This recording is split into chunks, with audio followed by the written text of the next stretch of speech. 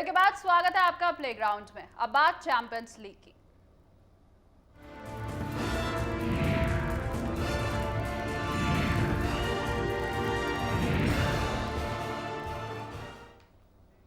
तो champions league में 10 टीमें मुकाबला करेंगी, खिताब के लिए लड़ेंगी और हर रोज हम किसी एक टीम के ऊपर चर्चा करते हैं। आज बात होगी हाई व्हील्स लायंस की।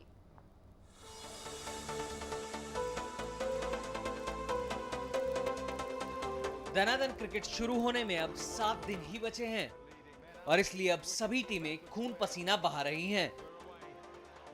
इन्हीं टीमों में से एक है दक्षिण अफ्रीका की हाईवेल्ड लायंस।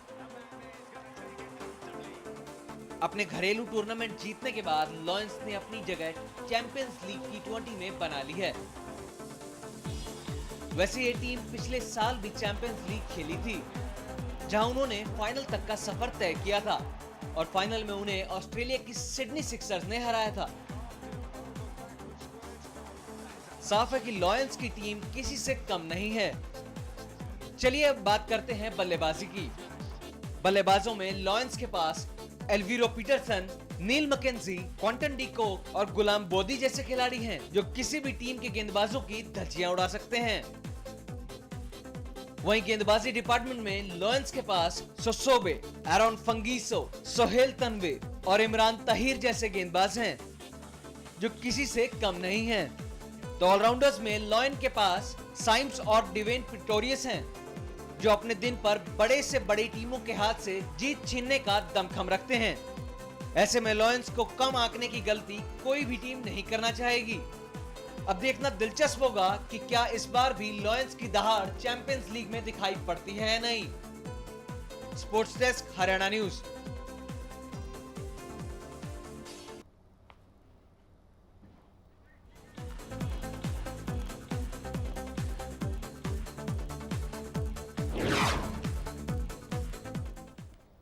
तो हर रोज एक टीम के ऊपर चर्चा हो रही है, पूरा पोस्टमार्टम कर रहे हैं उस टीम का हम। और आज बात करेंगे हाई व्हील्स लायंस की। हमारे साथ इस वक्त स्टूडियो में हमेशा की तरह मौजूद है हमारे स्पोर्ट्स जर्नलिस्ट दीपांशु बदान। कार्यक्रम में बहुत बहुत स्वागत है आपका दीपांशु। हेलो शालिनी।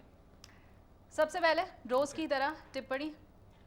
बेहद अच्छी टीम है। अगर हाईवेल्ड लायंस की बात करें, इससे पहला जो संस्करण हुआ था चैंपियंस लीग T20 का, उसकी उपविजेता रही थी। हालांकि उनको सिडनी सिक्सर्स ने हरा दिया और शेन वॉटसन ने जो छक्के लगाए थे वो मुझे याद आता है, और वही दुख का कारण बने थे हाईवेल्ड लायंस का, क्योंकि वो फाइनल में जीत नहीं पाई थी।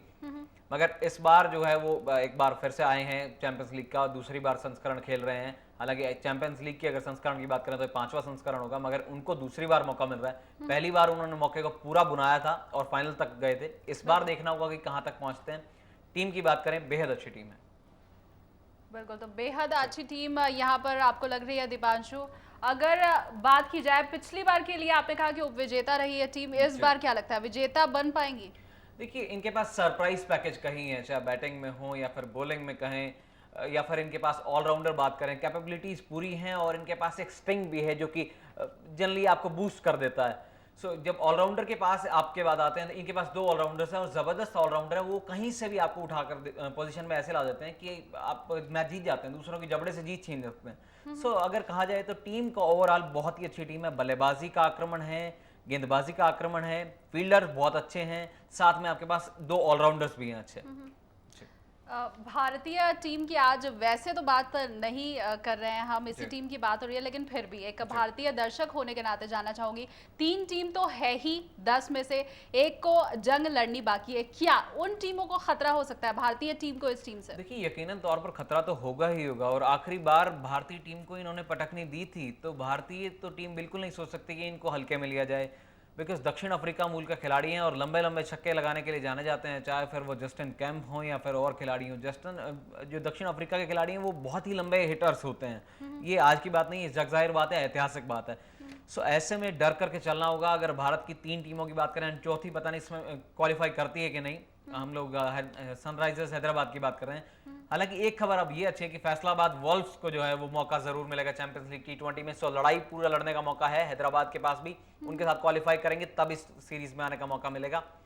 चारों ही टीमों को बच करके रहना होगा हाईवेल्ड लायंस से, बिकॉज जो बैटिंग इनके पास टेम्परामेंट है, चाहे वो गुलाम बोदी हो, एल्वीरो पीटरसन हो, नील मैकेंजी हो या फिर क्वांटन डिकॉक हो, चारों बहुत ही ज्यादा स्टेबिलिटी प्रोवाइड करते हैं एंड इग्नाइट भी कर देते हैं। साथ में जब रन रेट को आपको जब तेजी प्रदान करने की बात होती है तो वो लंबे शॉट्स भी खेल सकते हैं। ऑलराउंडर जो है इनके पास, एक ऑलराउंडर है साइम्स, एक है प्रिटोरियस, दोनों ही जबरदस्त छक्के लगाते हैं अंत में।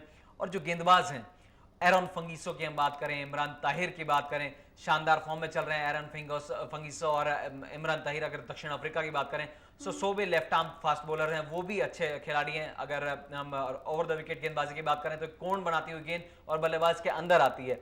जो कल हमने गेंदबाज की बात की थी वो बाहर निकालते थे, मगर ये उसके जस्ट ऑपोजिट गेंद को इन स्विंग कराते हैं या फिर पहले टप्पा खिला के अंदर सीम कराते हैं। सो that becomes even more difficult in the power play overs, बल्लेबाज को स्ट्राइक करने के लिए। जो चौथा गेंदबाज है वो है बिल्कुल ही उनका राउंड आर्मिश एक्शन है, तनवीर।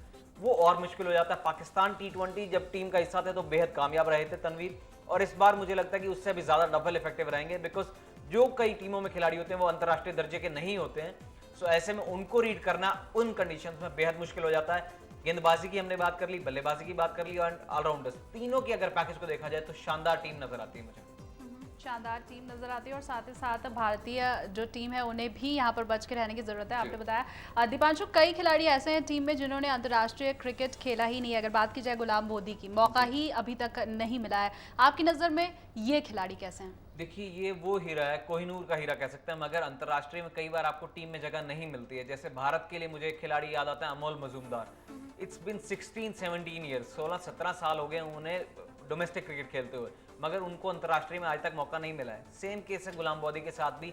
बहुत कम उम्र के खिलाड़ी नहीं है, 34-35 साल के खिलाड़ी हैं, एक्सपीरियंस खिलाड़ी हैं। 8-10 साल से तो मैं उनको देख ही रहा हूँ डोमेस्टिक सर्किट दक्षिण अफ्रीका खेलते हुए।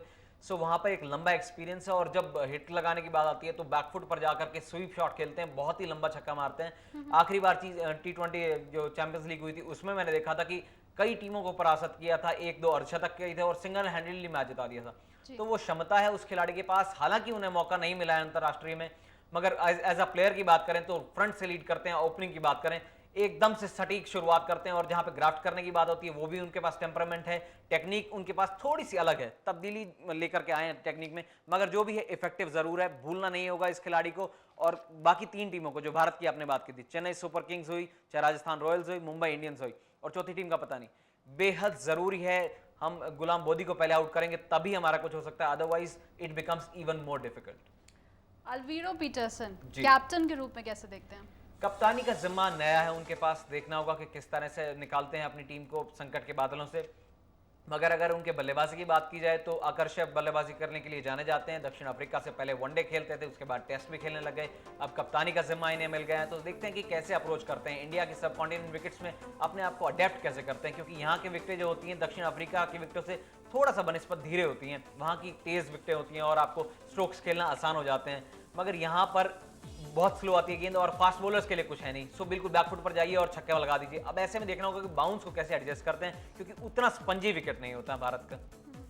अगर कोई एक सलाह देनी हो टीम को कि किस तरह से वो खेलें और कैसी उनकी रणनीति हो, तो क्या सलाह तो मैं इसलिए नहीं दूंगा क्योंकि हमारी 3-4 भारतीय टीमें हैं।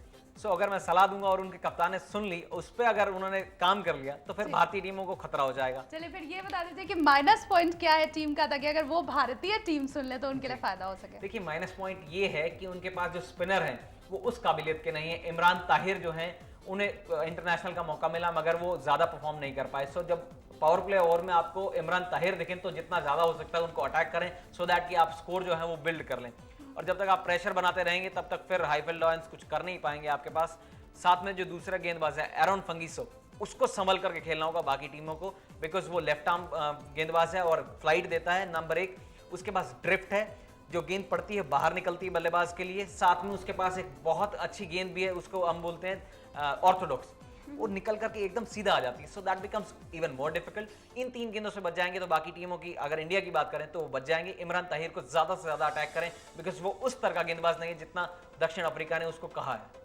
अगर नंबर की यहाँ पर बात की जाए, 10 में से कितने नंबर देंगे? तो देखिए, 7 से ज्यादा मैं नहीं दे पाऊंगा, 7 ही नंबर से संतुष्ट करना पड़ेगा हाईफील्ड लॉयंस को। चलिए, तो कल अगर मुंबई इंडियंस की बात की जाए तो 9 नंबर दिया था आपने मुंबई इंडियंस को, तो कह सकते हैं कि मुंबई इंडियंस से तो थोड़ी कमतर ही आपने आंका इस टीम को। Mumbai one of the favourite team है मेरी भी, एंड तमाम जितने भी भारतीय दर्शक हैं उन्हीं की बहुत बड़ी टीमों में से एक मुंबई का नाम है। चेन्नई भी फेवरेट्स हैं, तो उन जैसी टीम का मुकाबला नहीं कर पाएंगे क्योंकि उनके पास उतने आतिश बल्लेबाज नहीं है, उतना एक्सपीरियंस स्टार नहीं है जैसे महेंद्र सिंह धोनी है, जैसे सुरेश रैना है, जैसे आपके पास जस्टिन कैंप हैं, और तमाम खिलाड़ी आपके पास बहुत हैवीली लोडेड हैं। चेन्नई सुपर किंग्स में ऐसे ही खिलाड़ी मुंबई के पास भी हैं, सो उनसे कोई भी कंपैरिजन नहीं हो सकता। बिल्कुल, तो उससे कोई भी कंपैरिजन नहीं हो सकता। और दीपांशु, आप प्ले ग्राउंड में आए, इसके अलावा बहुत बहुत शुक्रिया। तो प्ले ग्राउंड में आज के लिए बस इतना ही, लेकिन जाते जाते आपको छोड़ जाते हैं स्पोर्ट्स नॉन स्टॉप के साथ। नमस्कार।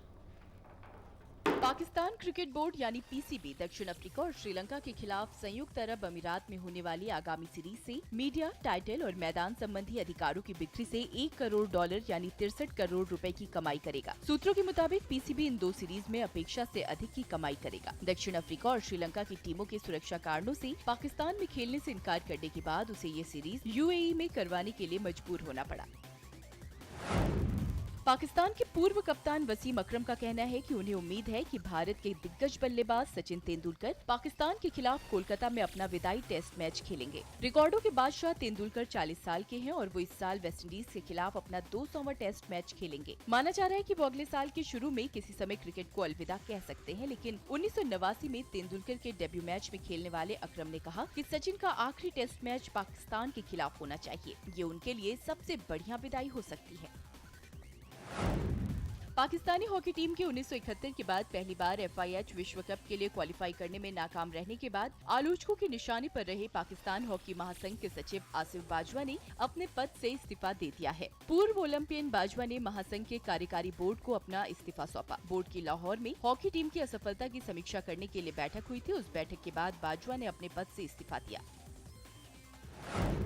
फैसलाबाद वोल्व्स को चैंपियंस लीग में खेलने के लिए भारत का वीजा नहीं मिलने के बाद पाकिस्तान के पूर्व तेज गेंदबाज शोएब अख्तर ने कहा है कि क्रिकेट संबंध अच्छे करने के लिए बीसीसीआई के पीछे भागने के बजाय पीसीबी को अपनी टीम की बेहतरी पर ध्यान देना चाहिए। भारत सरकार ने फैसलाबाद वोल्व्स के खिलाड़ियों का वीजा आवेदन खारिज कर दिया है। शोएब ने कहा कि मैं हैरान नहीं हूँ, फैसलाबाद वोल्व्स टीम को चैंपियंस लीग के लिए वीजा नहीं दिए गए। असलियत ये है कि जब तक सरकारों के बीच सामान्य और दोस्ताना संबंध नहीं होते, हम भारतीय क्रिकेट बोर्ड से सहयोग की अपेक्षा कैसे कर सकते हैं। पश्चिमी ऑस्ट्रेलिया क्रिकेट संघ यानी वाका ने 2014-15 में भारत के खिलाफ टेस्ट सीरीज के मैच पर्थ में आयोजित नहीं कराने पर क्रिकेट ऑस्ट्रेलिया की निंदा की है। 1976-77 के बाद ये पहली बार है जब पर्थ के वाका ग्राउंड में ऑस्ट्रेलिया का एक भी मैच नहीं कराया जाएगा। भारत और ऑस्ट्रेलिया के बीच 4 टेस्टों की घरेलू सीरीज के लिए मेजबान स्थलों में पर्थ को शामिल नहीं किया गया है। सीरीज के मैच एडिलेड, ब्रिस्बेन, सिडनी और मेलबर्न में खेले जाएंगे। वाका की मुख्य कार्यकारी क्रिस्टीना मैथ्यूज ने कहा कि सीए वाका को सीमित ओवर मैच आयोजित करने की जिम्मेदारी दे रहा है, लेकिन टेस्ट खोने की भरपाई नहीं हो सकती है।